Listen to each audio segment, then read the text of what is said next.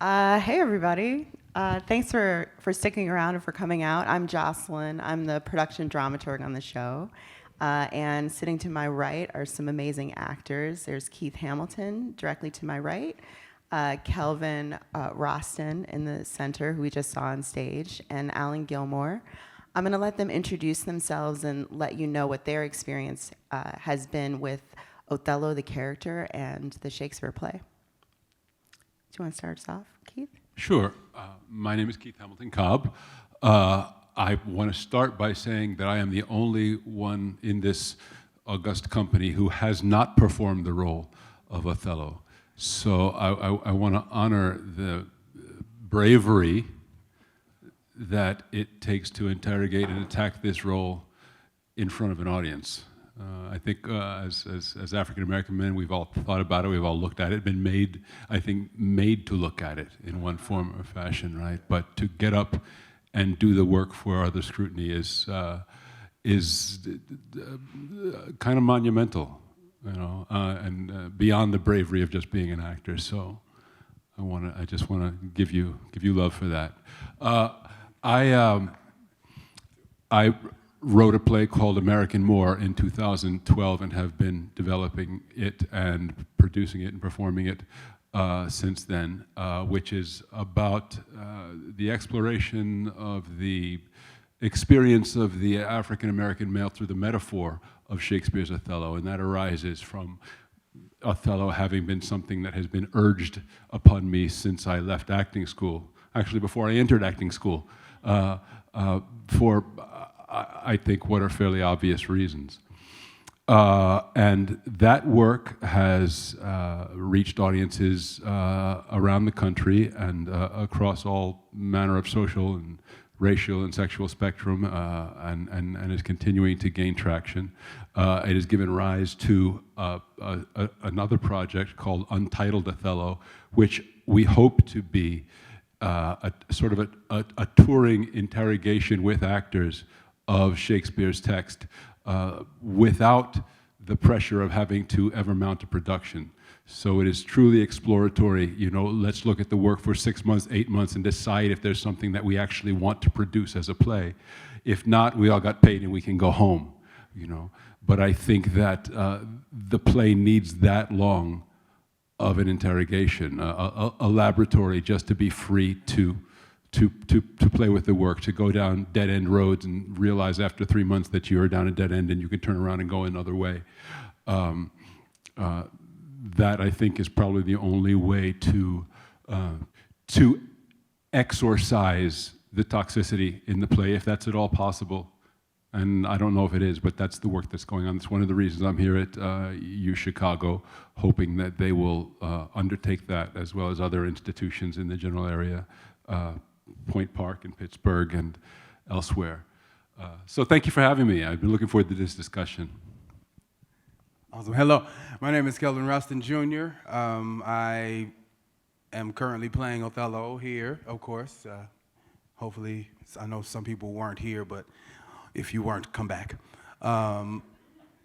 My experience with Othello, of course, other than doing it here, my first time experiencing the play, actually, I never watched any of the movies and all those things growing up that came out, except, I mean, well, that was Romeo and Juliet, so I never watched any of the Othellos coming up. So my first experience with Othello was in St. Louis. I'm from St. Louis, Missouri, and I started my professional career at the St. Louis Black Repertory Company. And this wonderful director named Chris Anthony directed this Othello at the St. Louis Black Repertory Company. She's actually sitting right out here in the audience. I love her. And, you know, it was quite an experience. You know, I was messenger soldier, I think. You know, I carried off Rodrigo's body, and I think I spoke on The Tempest. But it was quite an experience. Seeing that Othello, and this was a guy named Andre Sills, actually from Canada, and he was something else. But it was also, for me, a new experience as an African-American youngster, seeing African Americans doing Shakespeare. So that was new for me. The next thing that hit me hard as far as that's concerned was when the black rep did the Scottish play, and David Allen Anderson played the lead in that and blew my mind. That was really the moment where I realized, oh, I can do this. You know, of course, growing up, Shakespeare's always seemed to be behind a door that I wasn't allowed to go through. So those two instances opened that door for me. So fast forward and be here, I don't know. I don't really know if I have the word to express. Oh, I'm an emotional person too, so forgive me if okay.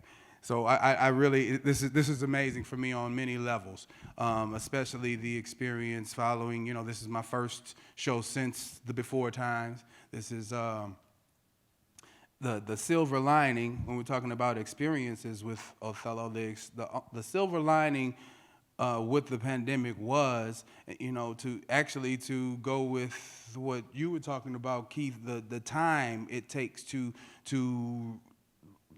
go through this, go down all the valleys and up the hills of this show to try to get a better understanding of what is necessary for Othello to be a human, what is necessary for a lot of the toxic things that are unnecessary to be removed. You know, just it takes some time, and because of the pandemic, we had that time.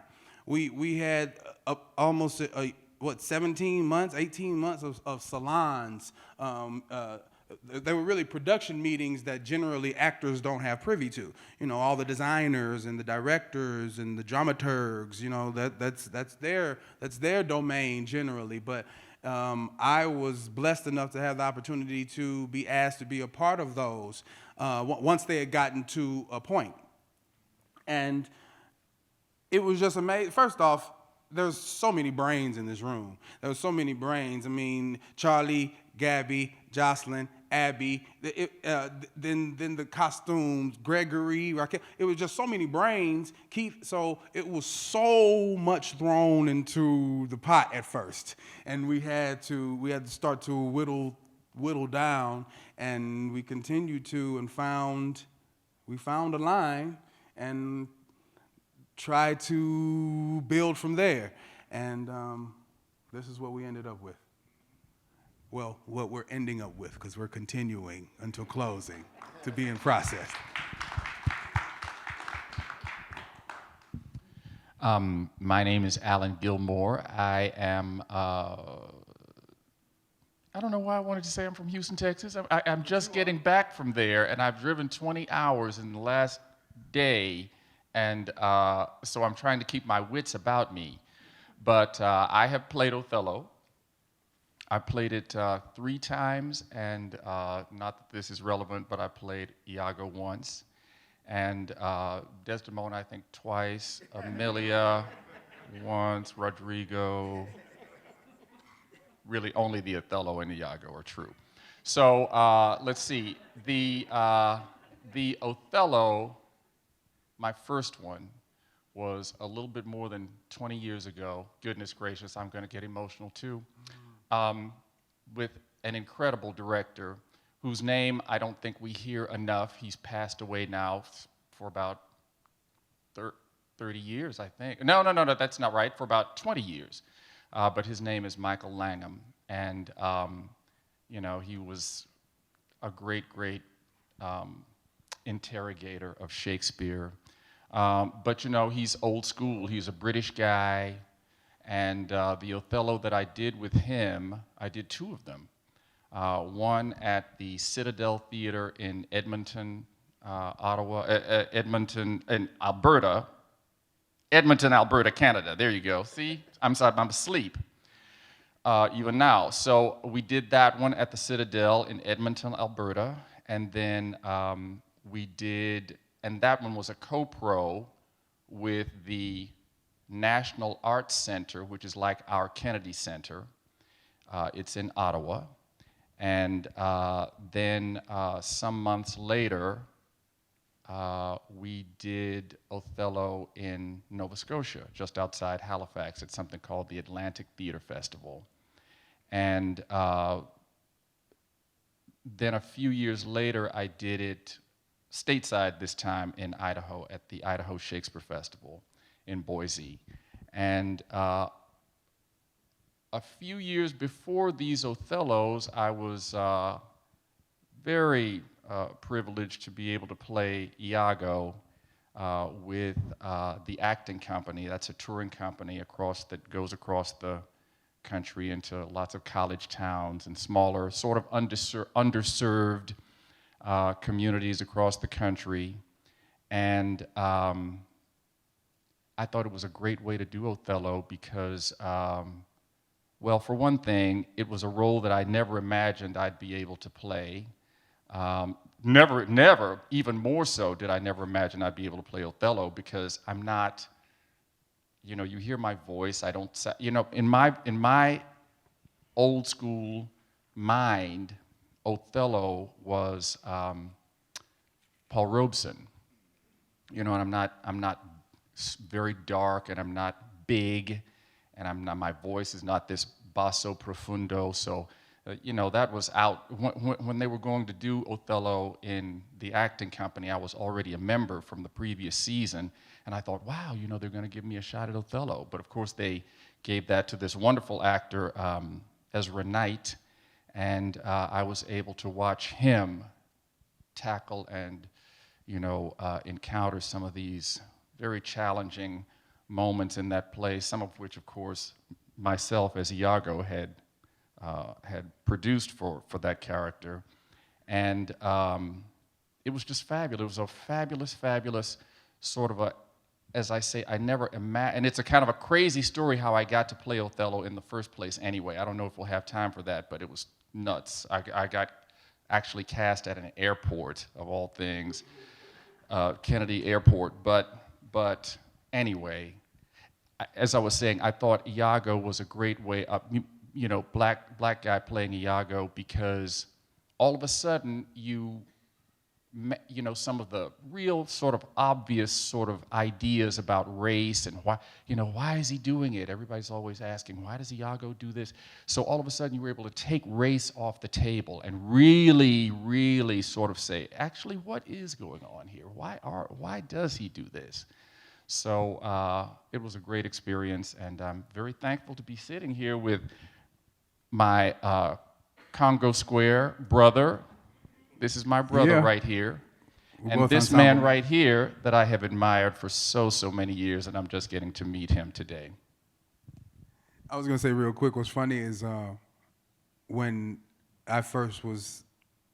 Charlie first spoke with me about wanting to do you want to do Othello? Have you ever thought about doing Othello? I was in the airport. Yeah, I missed his call because I was going through security. So once I got past security, I'm like, oh, I missed Charlie's call. And you ever thought about Othello? I'm like, well, of course. Yeah, I'm going to say mine was a little bit more embarrassing because I was actually working at the airport. I was doing market research. Okay. Thank you. So I'm going to ask a couple questions, then I want to open it up to the audience for their questions. But speaking of race, Alan, you know, Othello is Shakespeare's most famous character, most famous black character. I think there's a character in Titus Andronicus, but everyone knows Othello, right? Aaron, the great yes. Aaron. Yeah. So, you know, Barbancio doesn't want, you know, Othello to marry his daughter because he's a Moor. You have a line in this particular production where you're reading a poem to Desdemona and you say, love doesn't see color. How does this play resonate today, especially with all that's been going on in our society with regards to race? Why is Othello still relevant in 2021? And maybe for you, why is the metaphor of Othello or the idea of Othello relevant now? You said Alan first. You asked me that? No, anyone can go first. See, I didn't hear her say that. I thought I heard her say Alan. For me, I remember in the beginning of this, of course, when you're having conversations, businesses have to think about everything, and that was one of the conversations. Why do Othello now? And of course, they asked me, did I have any trepidation about it? And my answer is, why run away from things in the hard times? Generally, and this is my opinion, there are people who may not believe a certain thing is right, but they have been raised a certain way, and they have a problem hearing other people talk about it. So you start to become a talking head, and they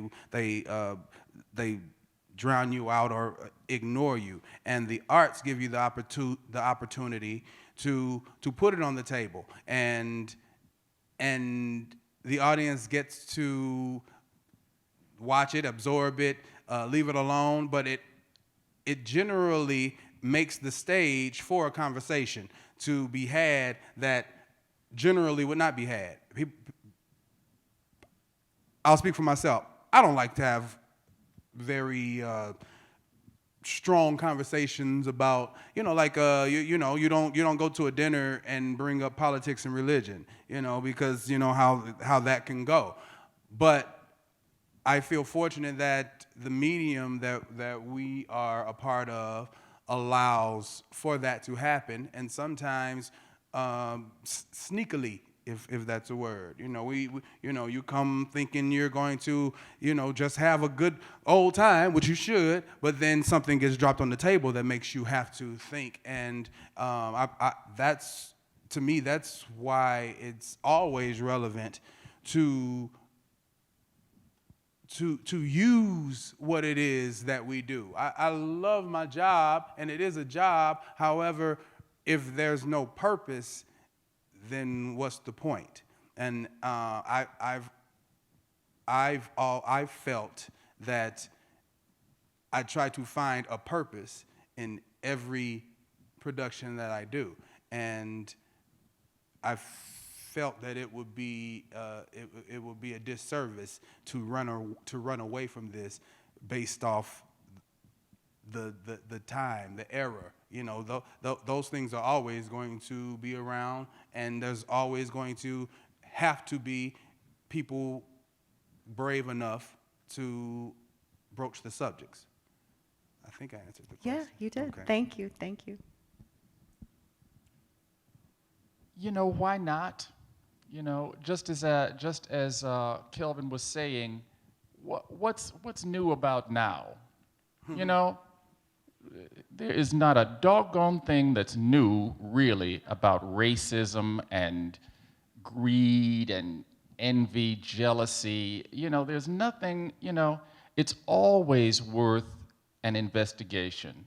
It's always worth knowing something more about the human condition, about the human heart, examining it to see, wait a second, is that in me? Would I have done that? Is that like me? Maybe I need to check myself, So there's nothing new about that. It's always something that I think is ripe for discussion, even the hard discussions. And I think part of the thing is that we do in fact shy away from the hard discussions.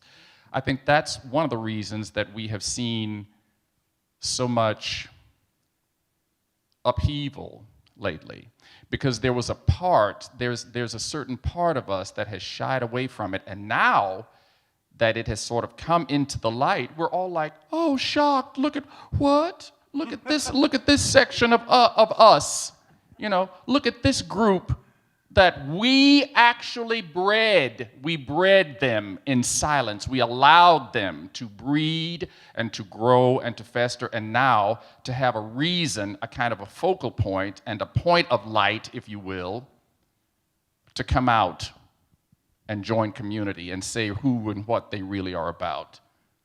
No, I think it's exactly the right time to have this discussion, and it's always the right time to have it, and to make sure that we keep it discussed. Black lives don't matter some of the time. Black lives matter you know, and that's the trick so much in this country. You say, oh, yes, we're so, diversity and that. And then you see something where you say, oh, the very people who were discussing it, look at that.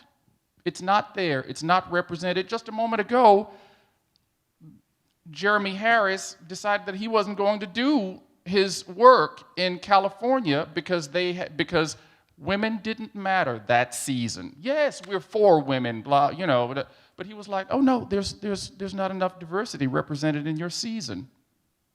I'm taking my play off of your calendar. Oh my goodness. Oh, yeah, yes, we'll do whatever you say. What? Talk to us. How can we be better? And he did, and they did, and so now they have, you know, made some advances and put things back in place, and he's put his play back in. But I guess all I'm saying is these conversations have to happen, and they have to keep happening.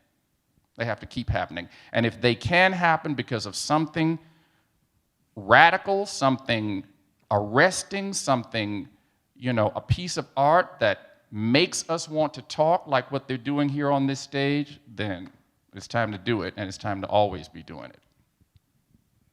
Thanks, Alan.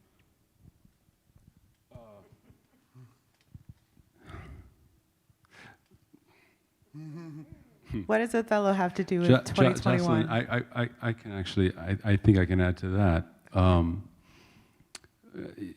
Shakespeare's Othello is a play that is not only rife with issues about race, but issues about class, issues about religious superiority and chauvinism, misogyny and ownership of women, and they are all manifestations of the period in which it was wrought. They are a reflection of the societal structures of the moment.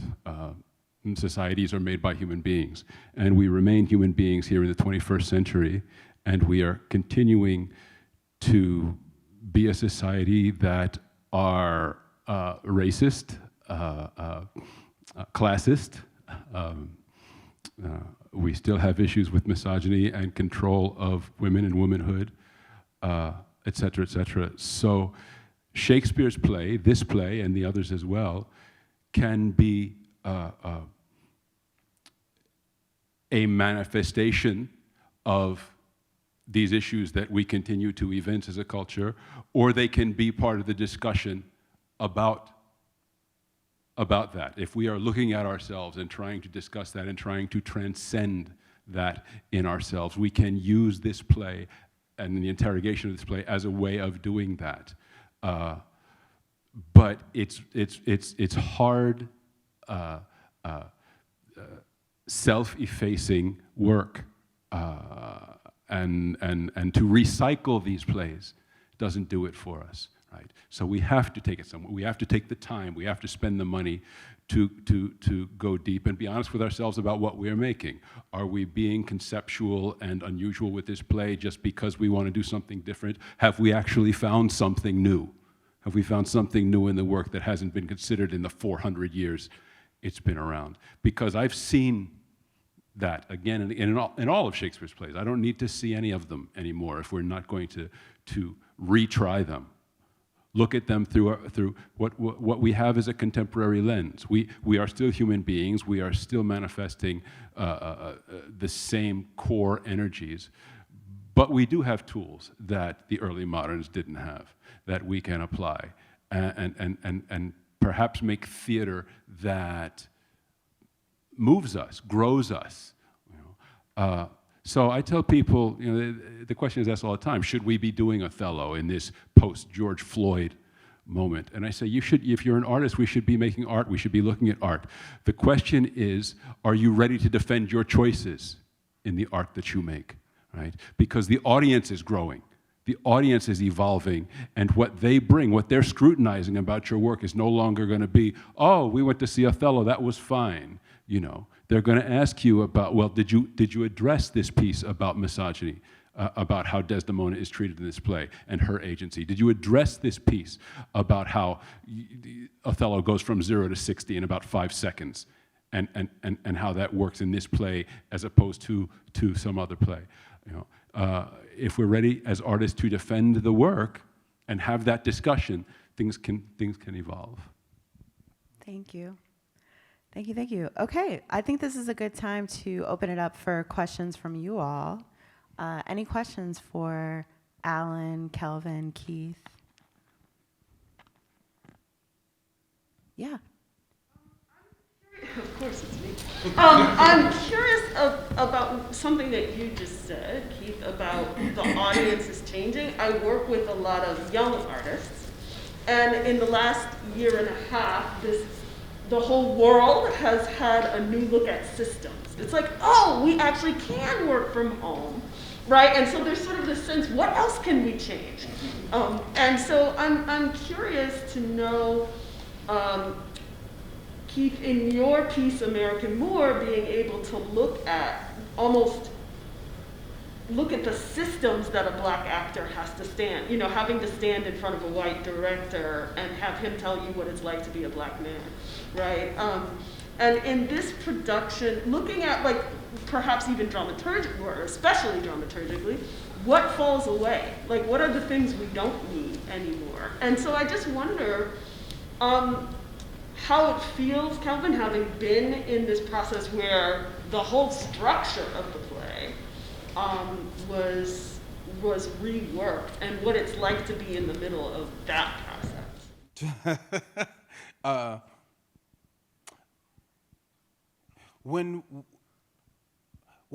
Okay. We started this, I started my process within the process that had already begun, with a question. And my question was, well, first, let me say Charlie, Gabby, everybody had already decided how are we going to do this in Central Othello? That has always been the crux from where we started. And my question then was, if, it's in the text, some of the text that we got rid of, that, Othello's like, if I didn't love her so much, I wouldn't be married. I would not give up my what do you say, my free condition. No, I wouldn't do that. So he loves her. He loves her. So I had to ask the question, well, if he loves her so intensely and so deeply, what kind of relationship must he have had with Iago to change his mind like that? And then, of course, we had to interrogate how he goes from 0 to 60 so fast. And I really praise the directors because they kept holding me back. Like, not yet. No, not yet. And so I guess what I'm saying is we came at this from the perspective of love. What are these relationships? Really, why does Iago do the things that he does, other than being a maniacal, crazy genius that can manipulate everybody? And once that question started going around, each of the characters, our director was like, each of the characters has their own tragedy. So try to figure out what that tragedy is. And I think once we started to come from the actual person of each character, some of the extra things were clear and apparent. There was no. Now let me first say, we're not saying that. Or at least I'm not saying that classics are useless. There are theaters that do the classics just as they are if you're a purist and want to do that. So, we're not saying that, I'm not saying that they're irrelevant if you want to go see some classics. But if we're in a place of reimagination, of using this as a tool to attempt to change people, then we have to attack it. And once we attacked it from that place of love, like I said, some things just kind of fell away on their own. Why do I need to tell you what I'm about to do? Why don't I just do it? Why do I need to talk about what I just did? They just saw me do it. So those things were the easiest to let fall away. Like, we're in a dramatic medium, do the drama, instead of talking about it. So that I think I went a long way to get to. That was the first thing that was, you know, the easiest to just let fall away. But then as we started to further examine these relationships, some things just didn't make sense. And that's when we had to start really going deeper. Like, why? We're just asking a lot of questions. Why? If Iago loves this man, why? And, you know, if Othello loves this man, why? If I don't know how to. I don't know any way further to go with that. What do you think, Keith? Systems?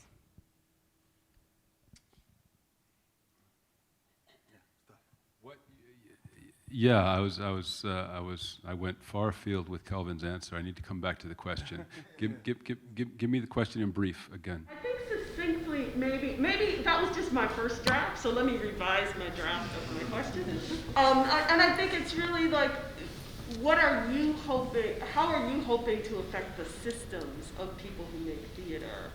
Whether that be the director-actor relationship or actors coming in. These are questions that could have us here all day. You know. And to be the clear, systems, the system is disrupted with what Kelvin was talking about as far as being involved with the pre-production meetings and with the designers. That's disruptive to the normal system of how things work. The systems of American theater making are ensconced in American capitalist business models. And as long as they are, then we are not about process, we're about product. Mm-hmm. It has to be done in a certain amount of time, it has to be cost efficient, and whatever we find in that time, wonderful, but whatever else doesn't matter to us as long as we can convince an audience that it's worth paying for and make money and get on to the next thing.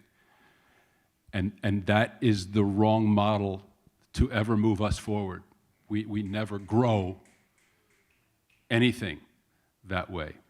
I might add to that there is no separating American capitalism from American racism, right? So you take that into account, and now you have this play, and you're pretending to try and do something with this play, but most of the time it has to be pretense, given that that's the structure in which you're trying to do it. Right. So if we decide to engage in a more protracted way, if we come with every good intention and everybody has it and we're honest about that, we need to be able to call each other out, right? Why are we doing this at this university? Is it because they wrote an allyship statement last month and they're trying to make it look like they're being true to it? Or are we really looking for something here? You know, because if we're busy stroking each other, which, again, it's not going to, this is too hard. For an actor, this is much too hard. If I'm going to, as I said, I started with these two guys dove into a role which been pushed on me since I was 20 years old, And the one time I tried to do it, I was fired for having too many ideas, right? They couldn't encompass those ideas in a 3-week rehearsal process. And I was just as happy to be fired because I knew it wasn't going to, But to try and get in touch with the things that makes an Othello in some way that convinces an audience that doesn't simply want to believe in Shakespeare's nonsense, which is what it is, right? In this particular case, trying to give him dignity is painful and hard. And if I'm going to do that, then I need the support of everybody around me, And if we can do it, if we can ultimately succeed in presenting this play in a way that it has not been seen, then we've changed something, and everybody has to look. And then we get to have discussions about what we did and how we did it, and how that's better theater, and how we need to do more of it. And and to say nothing of the fact of how you need to respect us as African Americans for telling this story through our lens, with our bodies, with our instruments, with our tools, with our minds. Right? and all of a sudden everything shifts. Right? It may not shift for long. I mean, it continues to be pushed back against, right? Immediately, as soon as that power looks like power, right? Yeah, please. In my accent, you know that I am not an American born person. You just say something that I would like you to explain to me. Why did you say that it goes together, capitalism with racism? Can you explain that to me? I don't understand. So Because this is all new. So the question is why? The only thing that I need for Othello is a good actor. And they are fabulous. And I have seen white people that were fabulous. I don't care what they call them, because they were fantastic. You know, So you seem to be asking two questions. Are you asking me what is the connection between capitalism and racism? Can you explain it to me? Can I explain to you how capitalism and racism go together? Yes. American capitalism, this country that you're sitting in, this edifice that is built here, is money that has been in the hands of white people since the time that the country was founded. And it was founded on the backs of owned black people. Everything that was built in this country was built on human beings owning other human beings and making them work. You know, a system of slavery and torture and death that lasted for longer than black people have been free in this country. All right? And all of the money that exists here, the capitalist structure, was born of the cotton boom of the pre-Civil War South, right? And those are facts. So it's a very difficult thing to own as a country. It's a very difficult thing to talk about. That narrative, that need to tell the story gets changed all the time, because that is almost a story that is really unfathomable. Most people can't get their brains around the size and the scope and the systemic structure of that still exists in all that we do. Capitalism is still about a few rich people owning everybody beneath them, right? Everybody beneath them gets a little bit, and they get everything else, right? And that runs everything that we do in this structure, including our theaters, right? Theaters are capitalist entities. They're about making money. They're not about making art, right? So that's the 101 answer. Was there? I think there was more to that. You went on to say. No, it's to explain to you why I asked you that question, because I don't understand this racism, because it's not with me. I was not born with it. For me, you are the same that I am. Mm-hmm. Yeah. Where are you from? Argentina. Argentina. Well, Argentina has had its own, similar issues. They are all white. They are all fighting. Yeah. with each other. Mm-hmm. Yeah. And But I think- those are human beings. Humanity does that. It's only because of trying to rob each other and all that kind of thing. But it doesn't have anything to do with racism. It has to do with power and corruption. Yeah, I think though that, Well, the- racism is a form of maintaining power.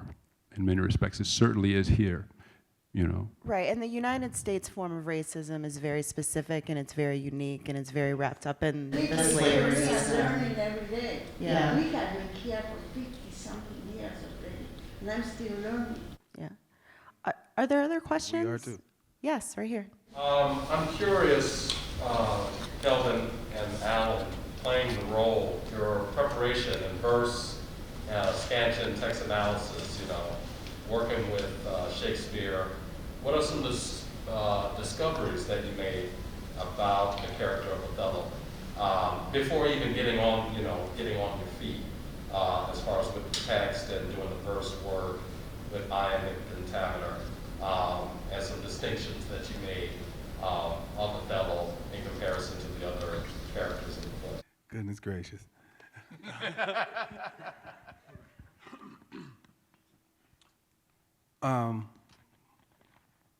Well, being able to actually interrogate the text, I feel that I found more of what we were trying to do with the show actually in the text than I expected.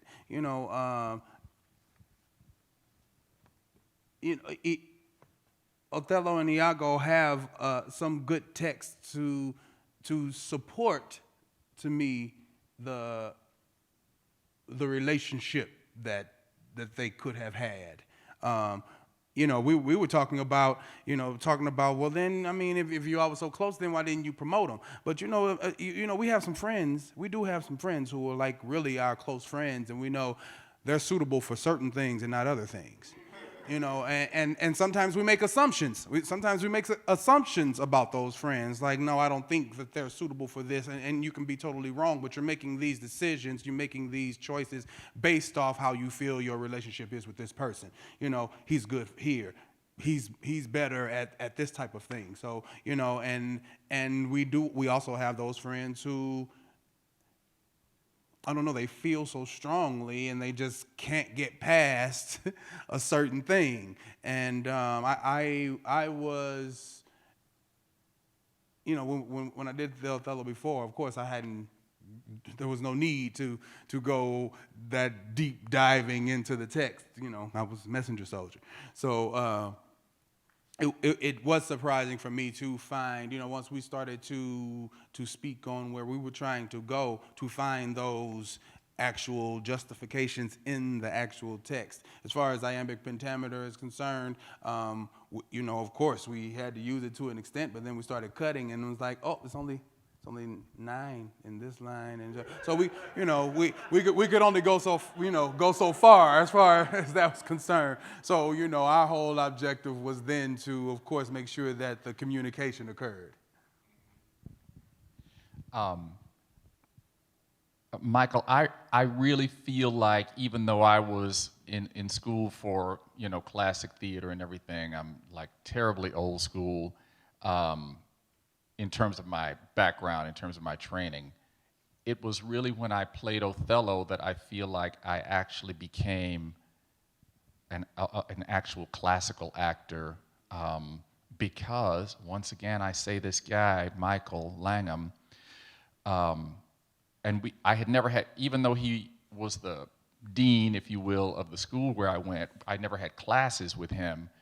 He directed us in something, but there were so many things that he told me about using that iambic pentameter, using that iamb, that they never told us. And I was, in school, that I was like, really? And to me, my own personal metaphor of it, and he was very free with it also. He wasn't precious about, even though he was this old school British, grew up watching and working with Gielgud and Olivier and, what's the Redgraves. Very, very modern, really, in his take on what this text was and what could be. And it was as though, when I finally really kind of understood what he was trying to teach me about this iamb and, when and when not and all that kind of stuff, my own metaphor for it became like, oh, Shakespeare is whispering right here in my ear. Use this word. Don't use that one. Oh, throw that away. This is up to you, dealer's choice.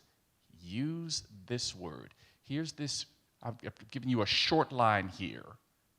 Why? Now you have to interrogate that. Why is that line so short? What is, in fact, the rhythm of that line?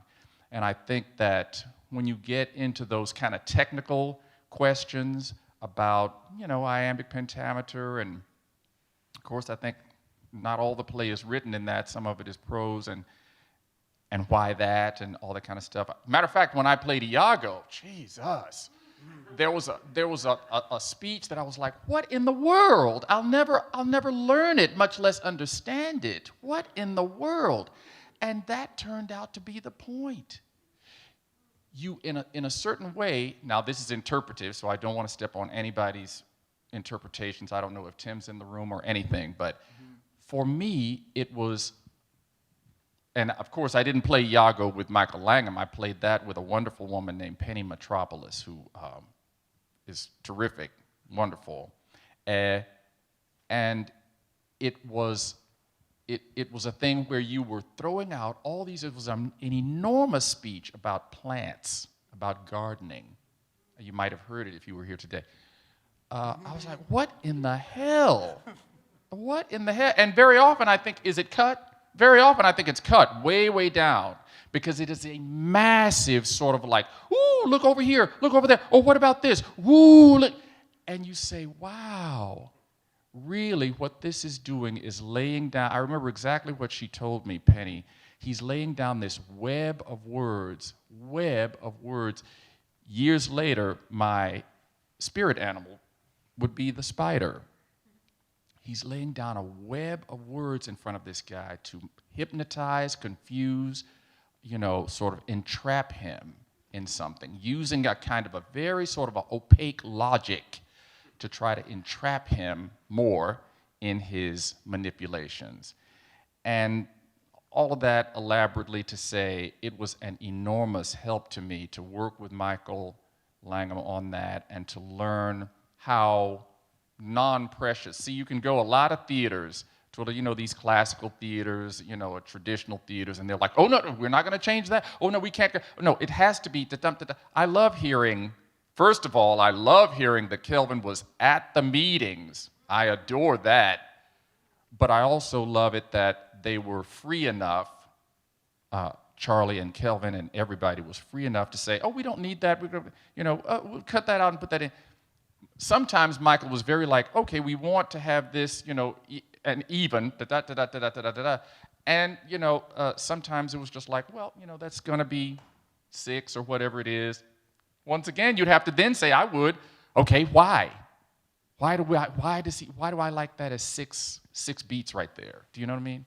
So that adventure for me was awesome, and just to feel like I was out there and the dude was right here telling me this word is where the money is. Throw that one away. You need it, but throw it away. Because even when we speak, we don't emphasize every single thing we say because then nothing has any emphasis. So he's right there telling you, that's your money word. That one supports it, but don't use it the same way, So that was enormously helpful for me. And those jackasses at school never told me that. Knuckleheads. Thank you, folks. That is all the time we have today. We have to end, but thank you so much for coming. Let's give Kelvin, Alan, Keith a round of applause. Thank you. Thank you for being here.